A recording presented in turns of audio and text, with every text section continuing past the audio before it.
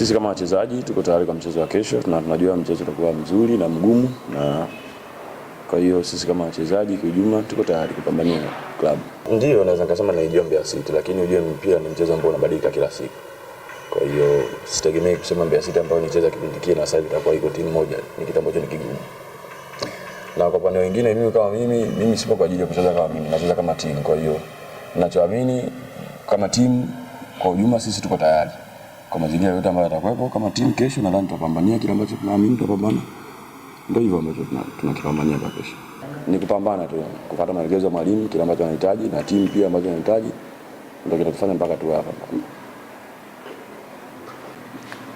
Unajua hao ni maoni ambayo kocha yeye anaweza kaelezea zaidi. Kwa hiyo kwa sisi hayo ni mambo ya kiufundi. Kwa hiyo ufundi mwalimu ndo ataelezea, lakini maswali ya kusema nani hao siwezi kujibu.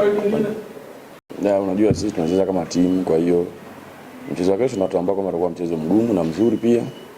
Kwa hiyo sisi kama wachezaji tutajitahidi kwa namna yote ile kuhakikisha kwamba lengo letu linakuwa salama na pia tuwe na hatari kwa timu pinzani. Na kiufundi zaidi siwezi kuliongelea kwa sababu mwalimu anajua mchezo utakavyokuwa.